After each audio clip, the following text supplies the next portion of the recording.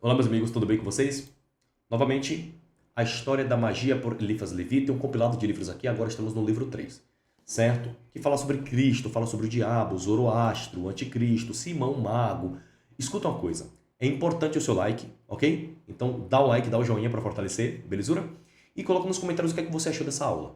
É fundamental o seu feedback para a gente saber se estamos aí no caminho correto, tá bom? Eu sei que às vezes a gente fala de uma maneira que muitos não compreendem, mas tenha paciência que no decorrer das aulas você vai começar a encaixar uma peça com a outra e você vai entender direitinho o que é que eu estou querendo te passar. Então, se inscreva no canal, se você não é inscrito, se inscreva e deixa o like e coloca nos comentários o que é que você achou. Beleza? Então, sem muita enrolação, vamos para cima. Jesus, quando ele veio para a Terra, aliás, o poder superior, a força celeste, quando ela manda o seu poder para a Terra, ele não pode vir de uma maneira bruta.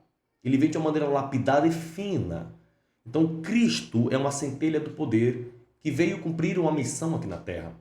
E vários outros seres vieram aqui para a Terra. Podemos chamar Jesus Cristo de mago, de avatar? Depende.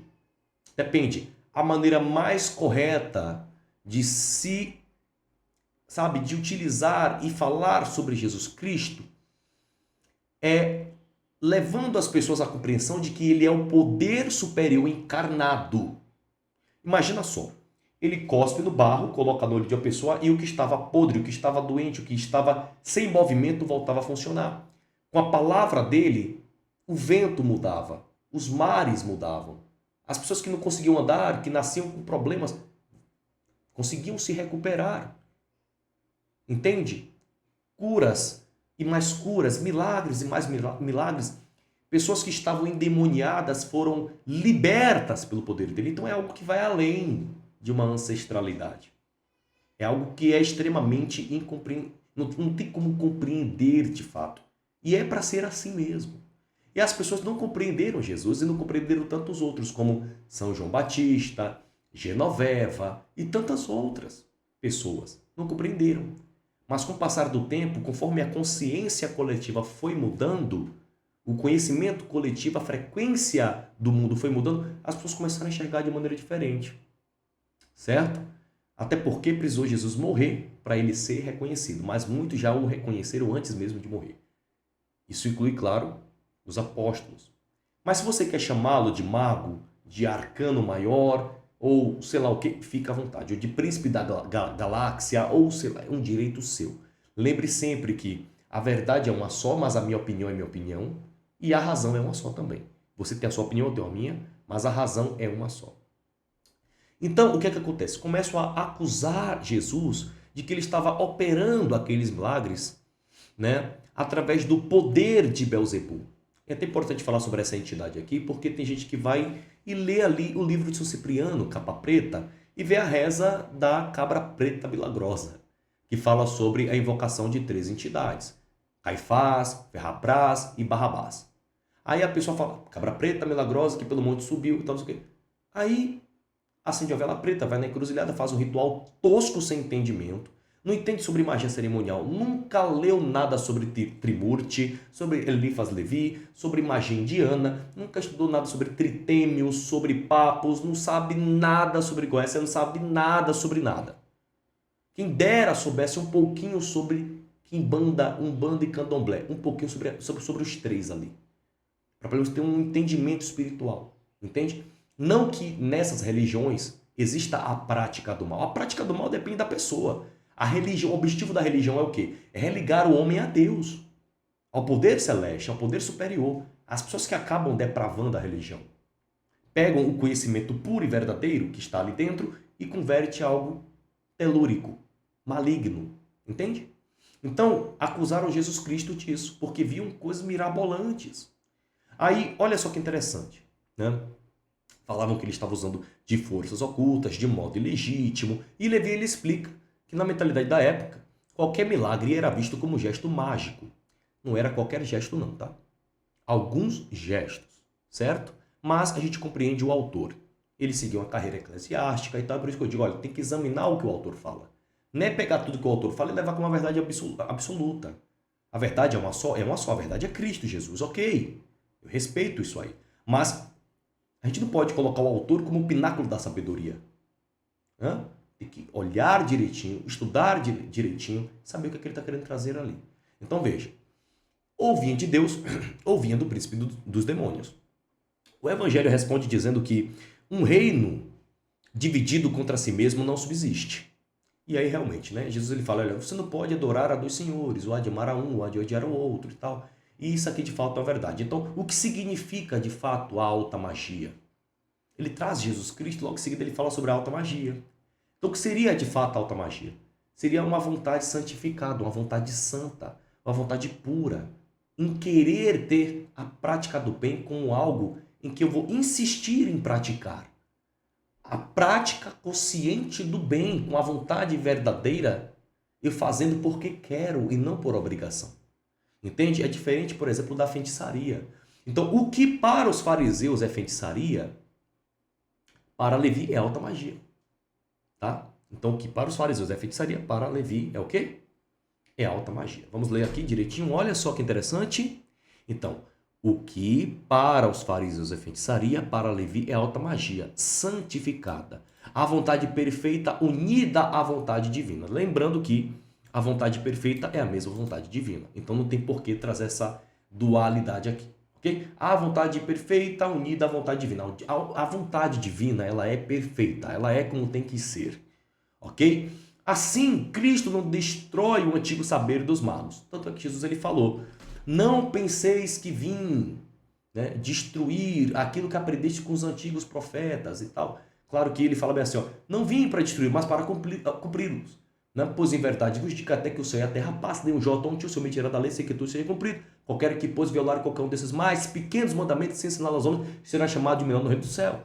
Aquele, porém, que os cumprir e ensinar será chamado de grande no reino do céu, pois vos digo que se vossa justiça não exceder a dos escribas e fariseus, de modo algum herdarei o reino do céu. Ou seja, não penseis que quê? Que vim destruir a lei ou os profetas. Quem é a lei? Moisés. Quem é os magos? Né? Quem é o profeta ali, que ele fala? Lei e profeta. Ó, ele fala a palavra lei e fala a palavra profeta. Lei representa quem? Moisés. E os profetas representam quem? Justamente o Elias. Ok? Beleza. Então, ele o cumpre, ele é o verdadeiro mago branco. Ok? Ele não está chamando aqui de mago necessariamente, está falando que é um mago branco entre parênteses, em oposição aos praticantes da goécia e manipulação egoísta. Olha, nem todo praticante da goécia é um ser maligno, tá? Ah, mas a pessoa estuda a clavícula de Salomão. Calma lá, nem todo mundo que estudou ou é praticante da goécia pratica utilizando de coisas pervertidas, malignas, ok? Se a pessoa lá compreender, participou de uma reunião, um ritual e tal, e depois saiu, tem que ter um ponto, tudo tem um ponto de vista. Você tem que observar como é que a pessoa pratica aquilo ali, se ela pratica no sentido filosófico, se ela pratica aquilo ali no sentido de entender para se desviar de algumas coisas, se ela utiliza aquilo para prender, né, um casamento ou para, sei lá, para fazer alguém se acidentar, aí já é uma outra questão. Agora, falar que os praticantes de tal denominação, não é bem por aí, tá? A função de algumas instituições e de alguns... É importante ter o grau. O que é ter o grau? É ter a consciência necessária. Nem tudo que se está na internet, nem tudo que você vê é o que você de fato tem que praticar. Às vezes fica só ali, ó, vendo mesmo. Tem coisas que é extremamente arriscada. Eu digo por mim, tá? E eu falo isso para todos. Nem tudo a gente deve querer aprender. Beleza? Então a explicação, vocês dão aí uma pausa e lê essa explicação aqui, não tem segredo. Capítulo 2, verdade do cristianismo pela magia. Levi está discutindo no capítulo 2 o quê, né? Que a briga entre ciência racional e fé cristã, ela de fato existiu, existe e vai continuar existindo. Né? Até um certo momento, imagino. Então ele critica tantos religiosos que querem provar dogma com silogismo, quanto os cientistas que querem julgar mistério religioso como se fosse um experimento de laboratório. Né? Isso não é muito estranho não, tá? Pessoas como, por exemplo, vou aqui citar, tá? Saulo Calderon, Wagner Borges. Eu imagino que eles já receberam convite para que houvesse um estudo com eles enquanto eles estivessem fazendo ali uma projeção extracorpórea, uma catalepsia projetiva. Então as pessoas elas tentam fazer coisas que não cabem em laboratório. Cabe o exercício da fé, de acreditar naquilo que não se pode tocar naquele momento. Então a fé não é uma equação matemática. A prova da religião são seus frutos. E quais são os seus frutos? Caridade, transformação moral, capacidade de formar uma grande fraternidade humana. Então, a pessoa fala assim, olha, mas a Bíblia que eu tenho hoje, peraí, mas calma lá, olha, muitos dos padres que escreveram a Bíblia, eu tenho aqui a Bíblia de Jerusalém e outras Bíblias também, muitos desses homens que foram e se tornaram, além de papa, bispos, etc e tal, tiveram famílias. E dentro da família dessas pessoas, tinham pessoas que entendiam sobre algumas simpatias e, em particular, entendimento sobre magia antiga. Suas avós, pais, primos e irmãos que morreram na fogueira queimado, eles viram algumas coisinhas ali. Então, você pode observar que tiveram... a gente pode observar o seguinte, ó, na carreira de muitas pessoas que fizeram parte, que tiveram história dentro da Igreja Católica, entendiam sobre muita coisa. Daí surgiram os grandes cientistas. Ok? O estudo da genética, por exemplo, não surgiu de qualquer pessoa. As grandes universidades, as primeiras escolas, universidades, conventos e tudo mais, não surgiu do nada. Eram pessoas que entendiam sobre alguma coisa e que vinham de alguma família e que colocaram aquilo ali na Bíblia, o que, claro, cabia melhor para o momento e o contexto da época. Certo? Então, a fé não é uma equação matemática. Então ele mostra sobre a questão da tradição cabalística. Então, para a gente ter, por exemplo, claro que aqui fala de tradição cabalística, mas a gente pode pegar um gancho. Não tem como a gente ter uma Bíblia sem ter a tradição, ok? Teve que ter toda uma tradição, ok? Muita fé das pessoas antigas, isso é inegável, para que a gente hoje tivesse conhecimento sobre algumas coisas, que foi preservado, claro, pela Igreja Católica. Então, tudo tem o seu lado positivo e o seu lado negativo. É aquilo que está no Kybalion. Muita gente fala muito sobre o Kybalion. É um livro, assim, muito bom, mas eu não recomendo tanto para quem quer estudar magia. Para a questão filosófica, recomendo demais. Tá?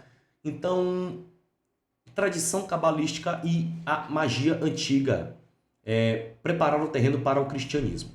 Profecias, símbolos, ideia do verbo, de logos, de sacrifício, o milagre é lido como reação providencial, Deus intervindo para reequilibrar a ordem quebrada.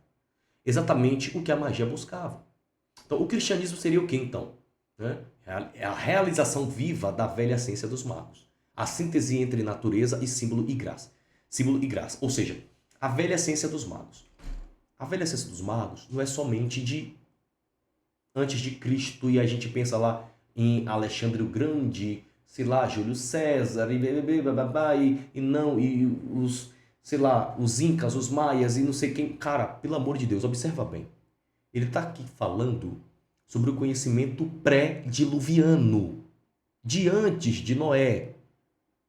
Parte do conhecimento foi passado por Noé, e lembre-se que enquanto Abraão estava vivo, quando ele saiu de Ur dos Caldeus, se não me foge a memória, e também um dos três magos saiu também de lá da região de Ur dos Caldeus, e essa questão dos caldeus sempre remete a essa questão de magia, e futuramente a gente vai explicar sobre, tá? Ur dos Caldeus. Aí fala sobre Abraão, aí depois fala sobre os três magos, ouro, mirra e incenso. A gente vê Abraão vivo, enquanto Noé morre, né? Mas quando ele morre, Abraão já havia nascido, ou seja, Abraão provavelmente ficou sabendo da morte de Noé. Então o povo não era tão abrangente, a população não era tão grande assim naquela época. Sem Cã, Jafé, as mulheres deles e tal, etc. Ok? Mas a gente vê aí, ó, Noé viveu antes do dilúvio, tinha muito conhecimento. E as mulheres dos filhos dele também tinham muito conhecimento. Então você imagina só, Abraão estava vivo quando Noé morreu. Então muita coisa Abraão aprendeu e os povos antigos aprenderam também. Certo? Ninguém quis fazer uma torre de Babel à toa. Nimrod não é uma figura que surgiu do nada. A gente pode observar essas histórias da Bíblia com uma forma simbólica, filosófica, né? Ou literal, como de fato está escrito ali. O direito de cada um. Então, Deus intervindo para reequilibrar a ordem quebrada. Então, o cristianismo seria então a realização viva da velha ciência dos magos, a síntese entre natureza, símbolo e graça. Explicação, vocês pausam aí e vamos adiantar o lado. Sobre a questão do diabo. Pessoal, o like é importante. Se você não deu ainda o like, deixa o like, coloca nos comentários o que é que você achou dessa aula aqui e se inscreva no canal. Vou fazer somente a leitura desse capítulo, um capítulo muito simples, não tem por que a gente ficar demais, sabe? Falar sobre Arimã, aí muitos falam também sobre a questão de Orimã, Iberê, barará. Escuta só, ó. Levi, ele fala sobre o diabo, ok? E realmente, no cristianismo, Deus é o amor e o diabo é totalmente o oposto. E quando você vai lá para o tarô, você vê que tem a lâmina, ou a carta do diabo, certo? Que representa limitação, prisão, sabe? Coisas que estão no grau, numa frequência muito baixa. Nem sempre. A gente pode ler a carta do diabo com um lado positivo também, já vi pessoas lendo dessa maneira, porque o tarô, ele é muito mais intuitivo do que o que se imagina. Então, aí cai a carta do diabo, aí em seguida cai a carta do mundo, ou seja, uma limitação na vida, um exemplo aqui. A leitura seria basicamente o quê? Ó? Uma limitação que está tendo o seu fim. A carta do mundo significa o quê? Fim de ciclo. Mas cada carta simboliza muita coisa, porque tem a coloração da imagem ali, da lâmina, da carta, tem a figura que você tem que olhar, observar direitinho, tem uma série de coisas ali. Não é simplesmente você pegar e a intuição, não, tem que olhar direitinho, receber de fato o que tem de receber. Aquele aglutinado que se acopla na aura e passa a informação que vem por meio de uma série de fatores que envolve cordão zodiacal, uma série de coisas que a gente vai ensinar futuramente aqui para vocês. Então, ele critica a ideia de Satã como entidade quase igual a Deus, vendo isso como deturpação vinda do falso Zoroastro, teoricamente um anticristo, entende? E de sistemas dualistas persas e hindus que transformam o polo negativo da criação num antideus, Arimã, Shiva. Levi propõe uma leitura mágica. O inferno é o fogo central, a luz astral pervertida, a força natural usada em contramão da harmonia. O diabo é a personificação simbólica dessa perversão. Ou seja, ele está querendo dizer o quê? Que só existe no fim das contas, o quê? O vício e a virtude. O que seria o vício? O vício é a tentação. São as paixões da vida. Enquanto a virtude é quando a pessoa... Sabe o que seria de fato uma virtude nesse caso? Seria uma pessoa que ela consegue, através da força e da coragem dela, subjugar aquelas paixões. Portanto, a tentação.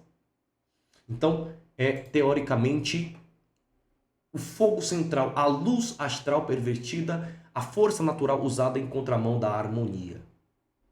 Então, é algo que vai além da Nossa Senhora. É um instinto desregulado, desejo de morte, crueldade, luxúria, destrutiva.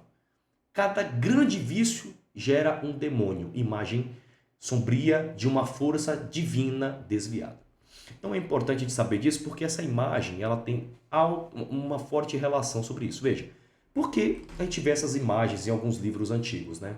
É porque os antigos tinham muito conhecimento sobre alquimia. Claro que alguns se aprofundavam um pouco mais e outros não. Então, na alquimia, pela visão da alquimia, ok? A gente fala sobre, por exemplo, Nicolas Flamel, John Dee e tantos outros. Aí a pessoa ela não entende direitinho aquilo ali. É porque a imagem, ela representa mais do que 1 milhão de palavras. E para quem é iniciado, ver uma imagem como essa, ela vai compreender. Se você só ver essa imagem aqui, você não vai compreender que isso aqui é uma disputa entre São Pedro de uma parte e Simão, o mago da outra. Então, tem que ser iniciado. Mas aqui, claro, nosso objetivo, né, é mostrar a ascensão e queda de Simão. Então, é o que a imagem representa, entende? Resumindo mesmo, mas aqui tem muitas outras coisas. Ok? Capítulo 4, os últimos pagões. Aí é aquela história que eu falei para vocês, né? Juliano, apóstata, Apolônio de Tiana e tantas outras. Vou só olhar aqui, né, a explicação, porque isso aqui são coisas que a gente pode fazer um vídeo depois falando sobre, né? Dragões, imagens, as grandes obras alquímicas e tal. Isso aqui são coisas que a gente tem que mostrar uma imagem. Ok? Mostrar uma imagem, nesse momento aqui não cabe mostrar a imagem, porque basicamente o que está no livro é a explicação. Para colocar na cabeça do ouvinte, da pessoa que está estudando aqui com base nesses vídeos, o que de fato é importante. Sabe? Não é quem está pulando as coisas, não. Está mostrando aqui o que é importante mesmo. Sem muita balela, sem muita conversinha furada, que não vai agregar em absolutamente nada. Saber sobre Apolônio de Tiana é importante? Sobre Juliano Apóstolo é importante? É importante. Assim como é importante também falar sobre Genoveva. É importante também falar sobre maçonaria. É importante falar sobre o conceito de liberdade, sobre o conceito filosófico de um tanto de coisa. Sobre o conceito de moralidade, de caráter, sabe? De conceito de fraternidade. É importante falar sobre tudo isso. Né? Falar sobre Ísis, falar sobre o rio Ifases, sobre o Palácio dos Sábios. Mas, se você tiver interesse em saber um pouco mais sobre essas coisas, é só colocar aqui nos comentários que em breve eu trarei um vídeo só sobre essas coisas, tá bom? Esse capítulo mostra a última resistência do paganismo. Acredite, não foi a última coisa, não. Tá aqui entre parênteses, tá? Ainda existe muita coisa ainda que a gente pode considerar um tanto quanto pervertido, né? Se for no sentido pervertido de paganismo, ok? Mas se for no sentido, assim, o que é para muitos paganismo, para outros não é. Então a gente tem que respeitar o pensamento de todos. Ele usa santos mágicos, Apolônio, e o imperador místico Juliano para rivalizar com Cristo. Não tem como rivalizar com Jesus. Cada um no seu cada qual. Confúcio está na prateleira dele. Siddhartha Gautama está na prateleira dele. Jesus está numa outra prateleira que não dá nem para saber onde está, de tão poderoso que ele é. Então as armas são as mesmas. Milagre, teurgia, símbolos, mas o projeto fracassa. Sempre, sempre fracassa. Ok? Então isso confirma que a corrente viva da magia passa definitivamente para o cristianismo. Árvore de bons frutos. Pelos seus bons frutos os conhecereis. Se não tiver bom fruto, não vai crescer, não vai expandir, não vai para lugar nenhum. Então, se não tiver um princípio base, no sentido de melhorar o indivíduo, facilitar que a pessoa entenda que magia é o domínio dos 5 elementos, portanto, primeiro eu domino os 4, depois eu domino o fogo eterno, o éter, a vida, o espírito. Tá? E aqui, novamente, sobre as lendas. Né? Essas lendas aqui eu não vou falar muito sobre, não. A gente, né, depois eu trago um vídeo falando só sobre São Cipriano, sobre o asno de ouro, né, de Apuleio. Essas são histórias que Levi ele traz no livro para quê? Né? Para fortalecer aquela linha do que ele está querendo ensinar.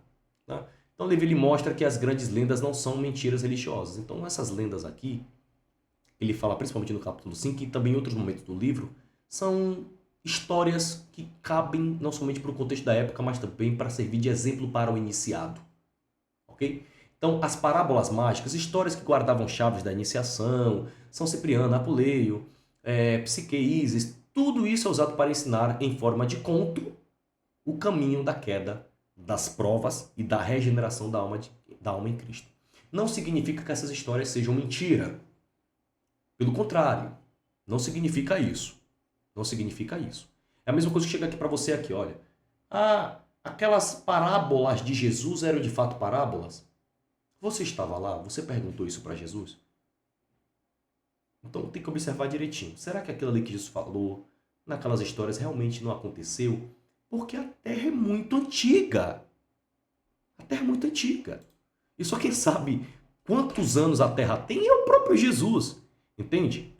Então, pinturas cabalísticas, novamente, não tem como mostrar as pinturas aqui, mas a gente vai fazer uma leitura breve. Então, neste capítulo, Levi passa as imagens, né? Gravuras, pantáculos, figuras simbólicas que condensam a doutrina. Ele fala de coleções de emblemas cabalísticos, aí, claro, essas obras, e em que figuras geométricas, círculos, letras hebraicas, lembrando que o hebraico e o tarô estão um ligado, um associado ao outro. E Fibonacci não está ali à toa também. Tá? Deixando muito bem claro, trarei um vídeo depois, bem detalhadinho, falando sobre o hebraico, sobre Fibonacci, sobre o tarô, sobre... A gente vê sempre essa questão do número 12 se apresentando muitas vezes. 1 mais 2 é igual a 3, 3 coroas de espinho, uma superficial, uma média, uma superior, 3 reis magos, 3 presentes, ouro, mirra e incenso. A gente vê ali Jesus, Maria e José. A gente vê, por exemplo, um período aproximado de 3 anos para chegarem até Jesus. A gente vê 3 dias para ele ressuscitar. Ele começa o seu ministério aos 30 anos. Ninguém sabe nada sobre os 12 anos de Cristo. 1 mais 2 é igual a 3. Olha o 3 aparecendo um tanto de... Há 33 anos ele morre. E muitos dizem que ele passou 30 dias aqui depois de ter feito a passagem e voltou, né? Muitos dizem, tirou a chave da mão do diabo. Escuta, pelo amor de Deus, observa bem. Tudo depende de uma interpretação. Mas eu não vou falar sobre isso. Quero que você entenda o seguinte, Disseram que Jesus ele passou 30 dias aqui na Terra depois da morte. Tem um sentido esotérico por detrás, assim como existe também um sentido esotérico contando a quantidade de dias que ele passou no deserto. Dias e noites. Aquilo ali não está ali à toa. Certo? Lembrando, esse conhecimento aqui, ó, de coleções, de emblemas cabalísticos e tal, vem de onde? Justamente, judeus.